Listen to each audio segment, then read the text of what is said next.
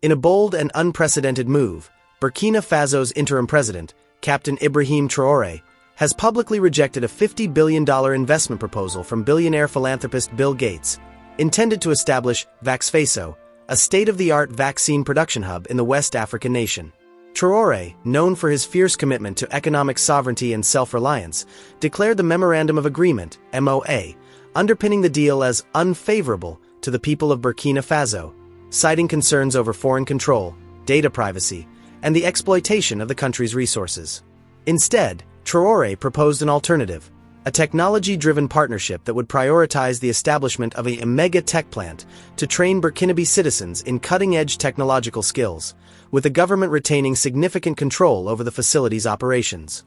The proposed Vaxfaso project, unveiled by Gates in July 2025, was pitched as a transformative initiative to bring jobs, infrastructure, and health independence to Burkina Faso and the broader African continent. The $50 billion investment promised to create a high-tech vaccine production facility, positioning Burkina Faso as a regional hub for pharmaceutical manufacturing. However, Traoré's administration scrutinized the MOA and uncovered terms that raised red flags. According to sources close to the government, the agreement included clauses granting foreign entities access to Burkina Faso's medicinal plant biodiversity, health data, and intellectual property rights. Additionally, the deal reportedly outlined plans for biometric tracking and GPS-enabled wearables, which Traoré described as mechanisms for surveillance disguised as healthcare. In a televised address to the nation, Traoré did not mince words. "We will not trade our sovereignty for promises of prosperity that benefit foreign powers more than our own people," he declared. Mr. Gates' proposal, while dressed in the language of charity, is a Trojan horse for control over our resources, our data, and our future. Burkina Faso is not a laboratory for Western experiments. It will be a laboratory for our own ideas. Traoré's rejection of the deal is consistent with his broader vision of economic and political independence, a cornerstone of his leadership since assuming power in 2022. Under his administration, Burkina Faso has pursued aggressive reforms to reclaim control over its natural resources, particularly gold, and to reduce reliance on foreign aid and institutions like the International Monetary Fund and World Bank. Traoré's decision was informed by what he described as a troubling history of foreign-led health initiatives in Africa. He referenced past controversies, including allegations of sterilization linked to a tetanus vaccination campaign in Kenya and rushed COVID-19 vaccine trials on the continent, to underscore his distrust of externally driven health projects. "We have seen too many instances where Africa's health is used as a pretext for control," Traoré stated. The Vaxfaso protocols, as they called them, revealed plans for data pipelines to biotech firms abroad and intellectual property transfers that would leave Burkina Faso with nothing but crumbs. The president's remarks have ignited a firestorm of debate, both within Burkina Faso and across the global south. Supporters view Traoré's stance as a courageous defense of national sovereignty, drawing comparisons to historical figures like Thomas Sankara, Burkina Faso's revolutionary leader in the 1980s. Critics, particularly in Western media, have labeled the move as reckless, arguing that rejecting such a substantial investment could hinder Burkina Faso's development. However, Traoré remains undeterred, emphasizing that any partnership must prioritize the long-term interests of the Burkinabe people. Rather than dismissing foreign investment outright, Traoré extended a counteroffer to Gates, challenging him to redirect his resources toward a project that aligns with Burkina Faso's vision for self-reliance. Specifically, Traoré proposed the establishment of a mega tech plant, focused on training Burkinabe citizens in advanced technological fields such as artificial intelligence, software development, renewable energy, and cybersecurity. "If Mr. Gates truly wishes to invest in Burkina Faso, let him help us build a future where our youth are not just laborers but innovators," Traoré said. "A tech plant, under Burkinabe control, will empower our people to shape their own destiny." The proposed tech plant would serve as a hub for skills development, fostering a new generation of tech-savvy professionals capable of driving Burkina Faso's digital transformation. Traoré emphasized that the government would retain later control over the facility, ensuring that its operations align with national priorities and that intellectual property generated remains in Burkinabe hands. This condition reflects Traoré's broader industrialization strategy, which has already seen the establishment of tomato processing plants, a state-of-the-art gold mine, and a cotton processing facility, all aimed at maximizing local value chains. Traoré's rejection of the Gates deal comes at a time when Burkina Faso is experiencing a remarkable economic turnaround. Under his leadership, the country's GDP has grown from $18.8 billion to $22.1 billion, with 2024 recording a 4.9% growth rate, up from 3% in 2023, according to the World Bank. Key to this progress has been Traoré's focus on local resource management, including the nationalization of parts of the gold mining sector, which has boosted national revenue from $1 billion to $18 billion annually. Agricultural production has also surged, with tomato output increasing from 315,000 metric tons in 2022 to 360,000 in 2024, and cereal production reaching nearly 6 million tons in 2024. These achievements have bolstered Traoré's credibility as a leader committed to tangible results. His administration's investments in infrastructure, such as the Ouagadougou-Donson Airport, set to open in 2025 with a capacity for 1 million passengers annually, further underscore his focus on long-term development. By prioritizing local processing and industrialization, Traoré aims to create jobs and wealth within Burkina Faso, reducing the historical dependence on exporting raw materials to foreign markets. Traoré's stance has reverberated beyond Burkina Faso's borders, inspiring leaders and activists across Africa. His leadership in forming the Pan-African Pact for Medical Sovereignty with Mali, Guinea, and Niger signals a growing regional resistance to foreign-led health initiatives without full transparency. Posts on X reflect widespread admiration for Traoré's vision, with users praising his commitment to keeping Burkina Faso's best brains at home to build the nation. Burkina Faso will no longer be a classroom for Western experiments, it will be a laboratory for its own ideas. One user quoted Traoré as saying, encapsulating the sentiment of a continent seeking to redefine its relationship with global powers. The rejection of Gates' proposal has also sparked discussions about the broader implications of philanthropy in Africa. While Gates' Foundation has been lauded for its contributions to global health, critics argue that its initiatives often come with strings attached, prioritizing Western interests over local needs. Traoré's call for a tech-focused partnership challenges this model, demanding investments that empower rather than exploit. As Burkina Faso charts its path forward, the question remains whether Bill Gates and other global investors will engage with Traoré's counterproposal. Establishing a mega-tech plant could position Burkina Faso as a leader in Africa's digital revolution, fostering innovation and creating opportunities for its youthful population. However, the insistence on government control may deter investors accustomed to greater autonomy. Traoré's vision, while ambitious, faces the challenge of balancing foreign partnerships with national sovereignty, a delicate dance that will shape Burkina Faso's future. For now, Traoré's rejection of the Vaxfaso deal has cemented his reputation as a fearless advocate for his people. The virus we must defeat is not only biological, he said in his address. It is the belief that we are forever patients, never the healers. As Burkina Faso continues its transformation under his leadership, the world watches to see whether this bold stance will redefine the terms of global investment in Africa. As President Ibrahim Traoré's rejection of Bill Gates' $50 billion Vaxfaso investment proposal continues to send shockwaves across the globe, the interim leader of Burkina Faso has doubled down on his vision for a new era of economic partnerships. In a fiery speech delivered at the Palais de la Révolution, Traoré drew a sharp line between the exploitative practices of multinational corporations in Africa's past and his administration's determination to ensure that future agreements prioritize the interests of Burkina Faso and its people.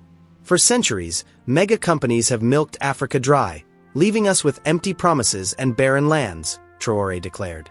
As the head of this government, I am here to make a change. Any deal with Burkina Faso will be mutual, or there will be no deal at all. Traoré's remarks tap into a deep well of historical grievance, as Africa's relationship with foreign corporations has long been marked by unequal exchange.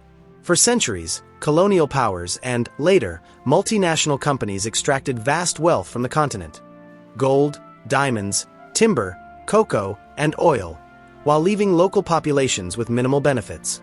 In Burkina Faso, formerly Upper Volta, this pattern was starkly evident in the mining sector.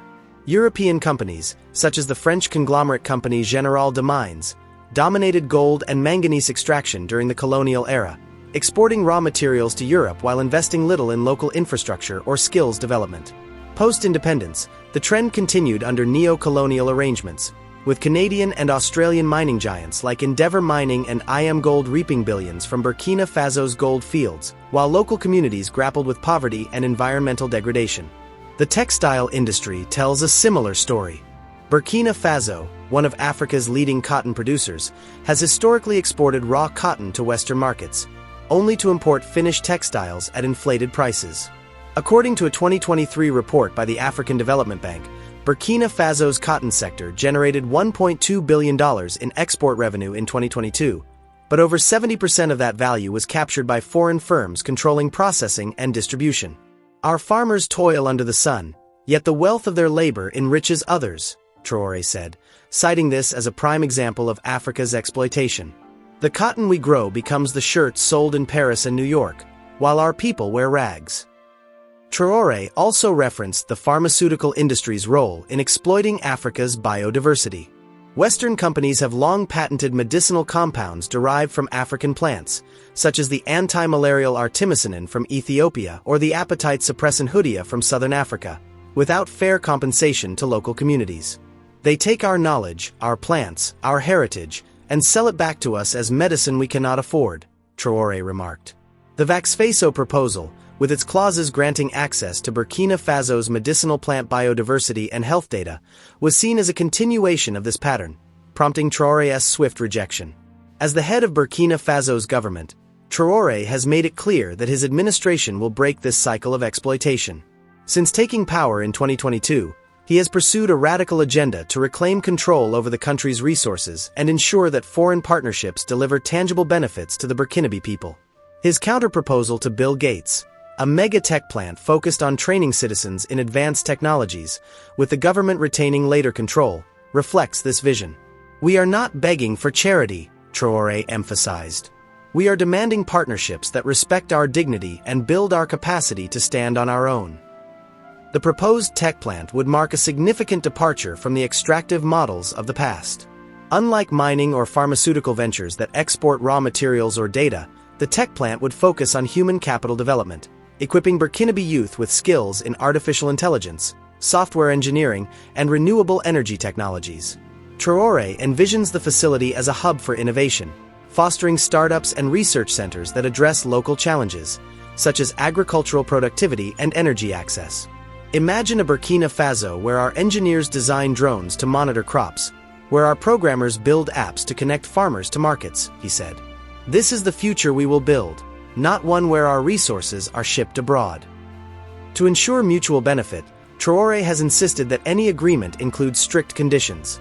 At least 70% of the tech plant's workforce must be Burkinabe, training programs must prioritize local talent, and intellectual property generated must remain under national control. Additionally, the government would hold a majority stake in the facility after an initial period, ensuring that profits and innovations stay in Burkina Faso. We will not repeat the mistakes of the past, where foreigners build, profit, and leave, Traoré stated. This plant will be ours, built for our people, by our people. Traoré's demand for mutual benefit is part of a broader economic strategy that has already yielded results. Since 2022, his administration has nationalized key sectors, including parts of the gold mining industry, increasing state revenue from $1 billion to $18 billion annually. The government has also invested heavily in local processing, establishing a tomato processing plant that employs 2,000 workers and a cotton processing facility that has reduced reliance on foreign textile imports by 15%. These initiatives have created over 10,000 jobs and boosted GDP growth to 4.9% in 2024, according to the World Bank. The tech plant proposal builds on this momentum, aiming to diversify Burkina Faso's economy beyond agriculture and mining. With a population of over 22 million, 65% of whom are under 25, Burkina Faso has a youthful workforce eager for opportunities in emerging industries. Traoré sees technology as a way to harness this demographic dividend, creating a skilled labor force capable of competing globally. Our youth are not a burden, they are our greatest asset, he said. With the right training, they will build a Burkina Faso that leads, not follows. Traoré's stance has resonated across Africa, where leaders and citizens alike are re-evaluating their relationships with foreign investors. His leadership in the Pan-African Pact for Medical Sovereignty, alongside Mali, Guinea, and Niger, reflects a growing regional consensus that health and economic initiatives must prioritize local interests. Posts on X have amplified this sentiment, with hashtags like #AfricaForAfricans and #TraorLeads trending across the continent. One user wrote, "Traoré is showing the world that Africa will no longer be a dumping ground for foreign agendas. Mutual respect or nothing." Globally, Traoré's rejection of the Gates proposal has sparked debate about the ethics of philanthropy and investment in developing nations. While some Western analysts argue that Burkina Faso risks isolating itself from global capital, others see Traoré's approach as a model for redefining development partnerships. "Africa is not a blank slate for Western experiments," said Dr. Amina Coulibaly, a Burkinabe economist. Traoré's insistence on mutual benefit challenges the paternalistic assumptions that have long shaped investment in our continent. Implementing the tech plant vision will not be without challenges. Burkina Faso faces ongoing security threats from insurgent groups, which have displaced over 2 million people and strained government resources. Infrastructure gaps, including limited electricity access in rural areas, could complicate the operation of a high-tech facility. Moreover, attracting investors like Gates to agree to terms prioritizing local control may prove difficult, given the global preference for investor-friendly agreements. Yet, Traoré remains optimistic, pointing to Burkina Faso's recent successes as evidence of what is possible. The completion of the Ouagadougou-Donson Airport, set to open later this year, and the expansion of solar energy projects demonstrate the government's capacity to execute ambitious projects.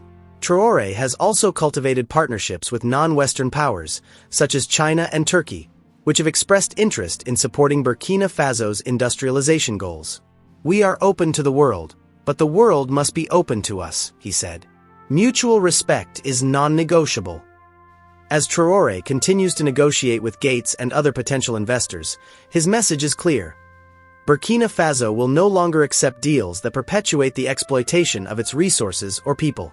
By demanding partnerships that empower rather than extract, he is rewriting the rules of engagement, not just for Burkina Faso but for Africa as a whole. The outcome of these negotiations will shape the country's trajectory for decades to come, as Traoré seeks to build a legacy of sovereignty, innovation, and pride. As the debate over Burkina Faso's rejection of Bill Gates' $50 billion Vaxfaso investment proposal intensifies, Interim President Captain Ibrahim Traoré has reiterated his unwavering commitment to ensuring that all mega-projects in the country strictly adhere to Burkina Faso's legal framework. In a series of high-level meetings with international investors and local stakeholders, Traoré has emphasized that any partnership, including the proposed mega-tech plant, must operate under the nation's laws to guarantee a smooth, transparent, and mutually beneficial agreement. "Burkina Faso is not a free-for-all," Traoré declared at a press conference in Ouagadougou. "Every project, no matter how grand, will respect our laws, our people, and our sovereignty. This is the only path to a balanced partnership." Traoré's insistence on compliance with Burkina Faso's laws reflects his broader mission to dismantle the exploitative practices that have historically plagued foreign investments in Africa. For centuries, mega companies, ranging from colonial-era trading firms to modern multinationals, have operated in Africa with minimal regard for local regulations, often securing exemptions through political influence or economic leverage. In Burkina Faso, this is manifested in mining contracts that bypassed environmental protections, labor laws, and tax obligations, leaving the country with polluted rivers, displaced communities, and meager revenues. Traoré's administration is determined to end this era of impunity. Burkina Faso's legal framework, strengthened under Traoré's leadership, now includes robust provisions to protect national interests. The 2023 Investment Code, revised by Traoré's government, mandates that foreign investors allocate at least 60% of jobs to local workers, adhere to strict environmental standards, and pay taxes without exemptions. The Mining Code of 2024 further requires that a minimum of 25% of mining profits be reinvested into local communities, while the 2025 Intellectual Property Act ensures that innovations derived from Burkina Faso's resources remain under national control. "These laws are not negotiable," Traoré stated. "They are the foundation of our dignity and the guarantee of our future." For the proposed mega-tech plant, Traoré has outlined specific legal requirements. The facility must operate as a joint venture, with the Burkinabe government holding a 51% stake after an initial 5-year period. All intellectual property generated, including software, algorithms, and technological innovations, must be co-owned by the state. Additionally, the plant must comply with labor laws, ensuring fair wages, safe working conditions, and training programs tailored to Burkinabe youth. We welcome investment, but it must be on our terms, Traoré said. The days of foreign companies writing their own rules in our land are over. Traoré's emphasis on legal compliance is designed to create a transparent and equitable partnership between the government and foreign investors. By anchoring agreements in Burkina Faso's laws, Traoré aims to avoid the pitfalls of past deals, where vague contracts and loopholes allowed companies to maximize profits at the expense of the state. For instance, a 2018 investigation by the Burkinabe Anti-Corruption Authority revealed that a Canadian mining firm had evaded $200 million in taxes over a decade due to poorly drafted agreements. Traoré's administration has since established a National Investment Oversight Committee to scrutinize all megaprojects, ensuring that contracts are airtight and aligned with national priorities.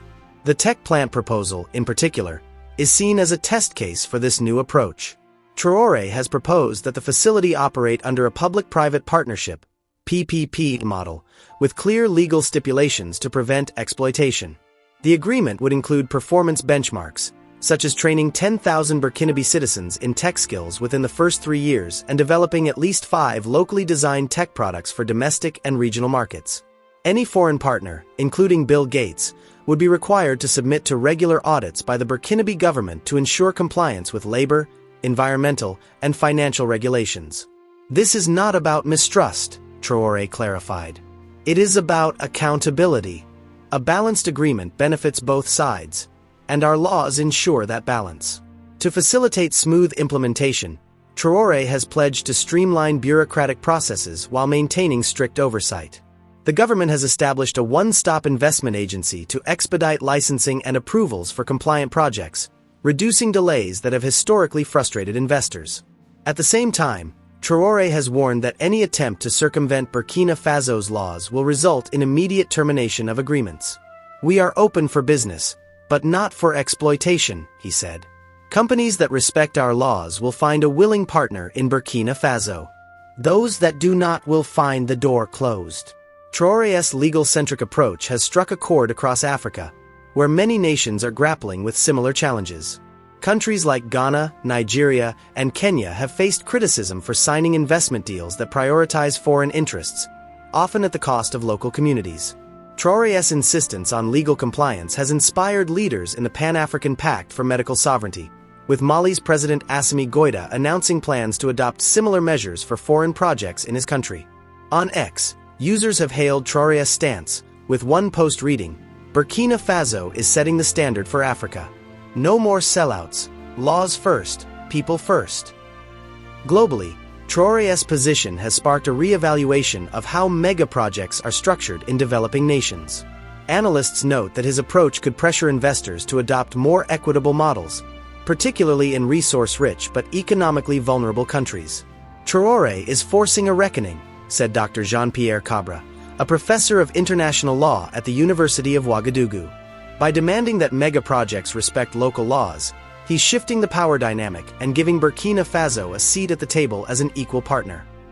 Enforcing legal compliance for mega-projects is not without risks.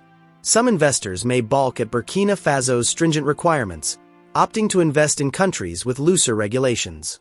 The ongoing security crisis, with insurgent groups controlling parts of the north and east, could also deter foreign partners wary of instability. Additionally, implementing a high-tech project like the mega-tech plant requires significant infrastructure, including reliable electricity and internet connectivity, which remain limited in rural areas. Yet, Traoré's track record suggests he is prepared to navigate these challenges. His administration has already secured $500 million in funding from Turkey and China for solar energy projects, increasing electricity access from 20% to 35% of the population since 2022. The government's investment in technical education, including the establishment of 5 new vocational schools in 2024, has also laid the groundwork for training a tech-ready workforce. "We are not starting from zero," Traoré said. "We have the vision, the laws, and the will. Now we need partners who share our commitment to fairness." As negotiations with Bill Gates and other potential investors continue, Traoré's insistence on legal compliance has set a bold precedent for Burkina Faso's future. By rejecting exploitative deals and demanding partnerships that align with national laws, he is charting a path toward economic sovereignty and self-reliance. The proposed mega-tech plant, if realized, could transform Burkina Faso into a hub of innovation, empowering its youth and diversifying its economy. More broadly, Traoré's stance sends a powerful message to the world. Burkina Faso is open for business, but only on terms that uplift its people. The outcome of these negotiations remains uncertain, but Traoré's resolve is not. "We are building a Burkina Faso that our children will be proud of," he said in closing his press conference. "No mega-project, no amount of money, will compromise our laws or our dignity. This is our land, our future, and our time."